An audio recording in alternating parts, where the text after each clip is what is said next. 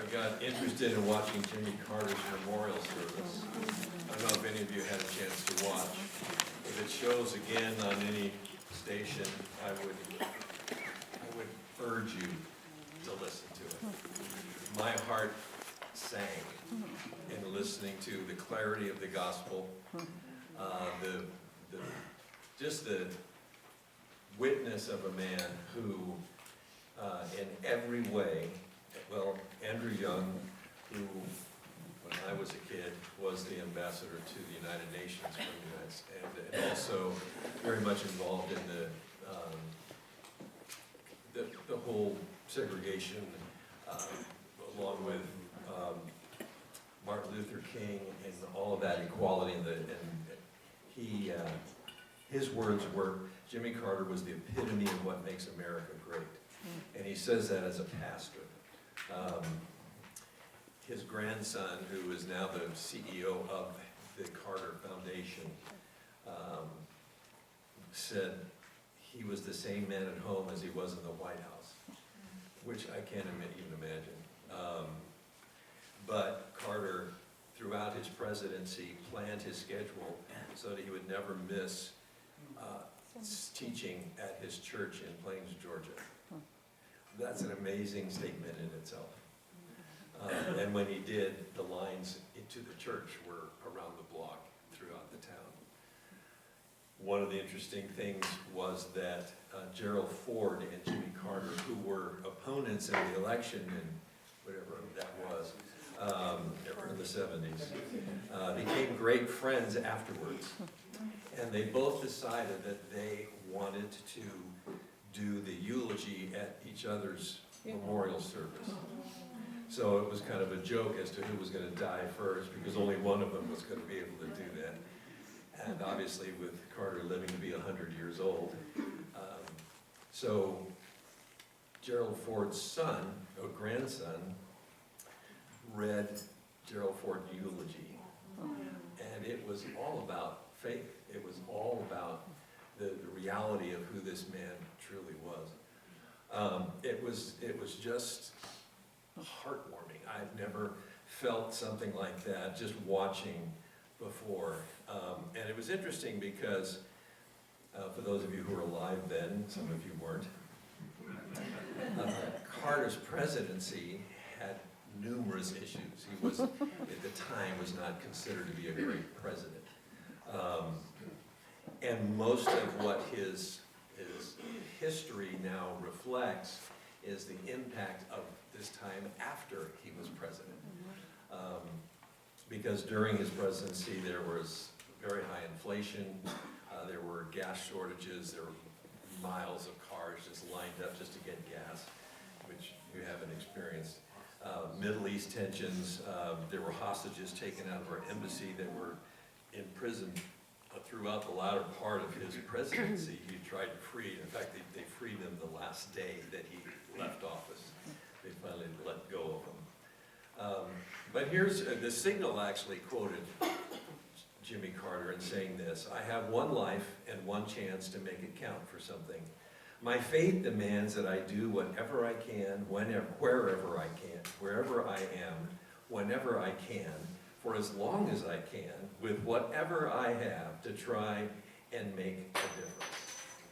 And that, to me, is a man who's driven by the fact that he has life in something other than the world. He has a life, and he has an answer to a life and a call, which we all have. And it was such, and I think in some ways, just watching this whole memorial service had a great effect on me, simply because, as many of you have probably done, you've been watching the news and you've been watching things just be destroyed, whole communities, 5,000 homes, okay? That's incredible. That's incredible. And I couldn't help but wonder, with all those, with all people who have to face now losing everything, in some cases their homes, in some cases their businesses, what are they doing? What are they thinking? And especially in the sense of God. if they are thinking at all. And most people, when something like this happens, don't think kindly of God. They question why, right? And for us to go to somebody who's just lost their home and everything they have and say, well, God has a plan, that doesn't go very far, folks. In fact, it goes in the opposite direction from where you want to be. And so things just started going through my mind. One, again, singing, oh God, our help in ages past, our hope for years to come.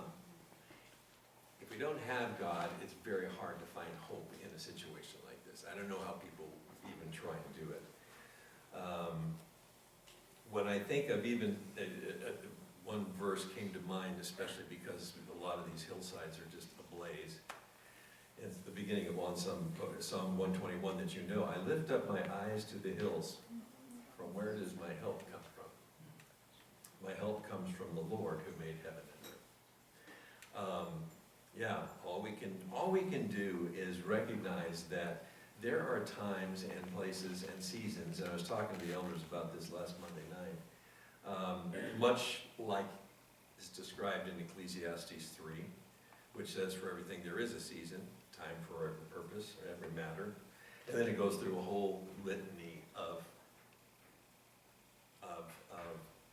comparisons, if you will. And one of the difficult things of reading through this is then coming to the end of it, which says, what gain has the worker from his toil? That word meaning misery, heaviness, the way the original word itself means. Follows it with this: he has made everything beautiful in its time. That's shocking to me. When you're thinking about healing and breaking down and weeping and laughing and mourning and dancing and casting away stones and gathering stones and seeking and losing and keeping and casting away, tear, sow, a time to keep silent, a time to speak.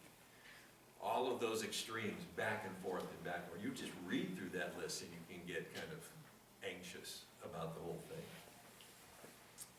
And the interesting thing after it says, then, is made everything beautiful as time, which obviously is challenging. He says, he has put eternity into man's heart. I use that phrase a lot in memorial services, simply because I do believe that God has a purpose in doing that. And one big purpose, I believe, obviously, is that the more that we own that, the more we recognize there's something to come. But that something to come is the hope that we feel. It's the reason why most of us like movies with a happy ending. Because we know, somewhere down deep inside of us, because God has put eternity in my heart, there's going to be a good ending. Amen. And when things don't have a good ending, it works very against the way I'm wired and the way you're wired. And so my sense is, and even in this hymn that we just sang, there are two verses in it that normally are never sung. Here's what Isaac Watts wrote. Time, like an ever-rolling stream, bears all its sons away. They fly, forgotten as a dream dies at the opening day. Like flowering fields, the nations stand, pleased with the morning light.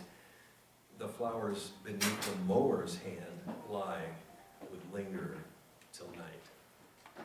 Pretty depressing stuff. That's why we don't sing it most of the time, right? But the reality is, even Isaac Watts, in the midst of a hymn that says, under the shadow of your throne we have dwelt secure, he also says, but if you go out from that shadow, things can fall apart, things disappear. So we encounter these extreme in time, if you will. And yet, a lot of this is in response to what he said, what Solomon writes in chapter 2. There's nothing better for a person that he should eat and drink and find enjoyment in his toil. He uses the word toil and his misery. And if you heard Joe Keller speak to the issue of God's goodness at the last service of 2024, this is exactly what he was talking about. Because it actually, if you look at there's an alternate translation there in the ESV that says, that he makes his soul see good in his labor. You have to look for it. You have to look for it, but you have to look with eyes that are not earthly eyes. You have to look with spiritual eyes. And I believe that as we begin this season together again, my prayer is that God can help us all, through the power of his Spirit, to develop spiritual eyes that see that God has a plan. Because most of the time, and it says this, he's made everything beautiful in his time. He's put eternity in our hearts, yet, so that he cannot find out what God has done from the beginning to the end. God's purposed it that you won't know all that he's doing. That you won't know what he's already done, what he has done, what he will done, and what he will do, and what he's doing now. That is God's prerogative. It's his choice, and he chooses to do that. Why? Because he knows we probably couldn't handle it. It's like if you knew everything that was going to happen, you realize you wouldn't sleep at night, would you? So that, all of this to say, I believe that for us, as we kind of travel through this season together, and it is a season, and it's going to be a hard season for many people. Most of them aren't in this area, obviously, but I don't know, some of you maybe know somebody who's lost property or whatever. I know that Alyssa's not here because Mike, her husband, got caught in all of the traffic of all the people in the newest fire that's happened out there in Calabasas trying to evacuate. They're just all stuck on the freeway, sitting there, right?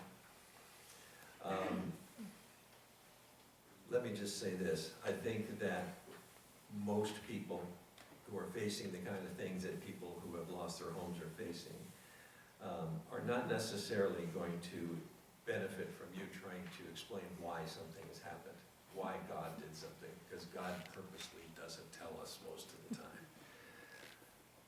But when you demonstrate an empathy of feeling, when you enter into their grief, that season of mourning, those tears, if you will, and you illustrate personal care for people in those moments, that's when, as the psalmist says, when the cares of my heart are many, your consolations cheer my soul. Consolations are not explanations. They're different, aren't they? So that's what we're here to do. We're here to, through music, hopefully, try to console the lives of many in our church. And that's not because they've lost their homes, but there are a myriad of things that people are facing, right? You know what they are. You face some of them yourself.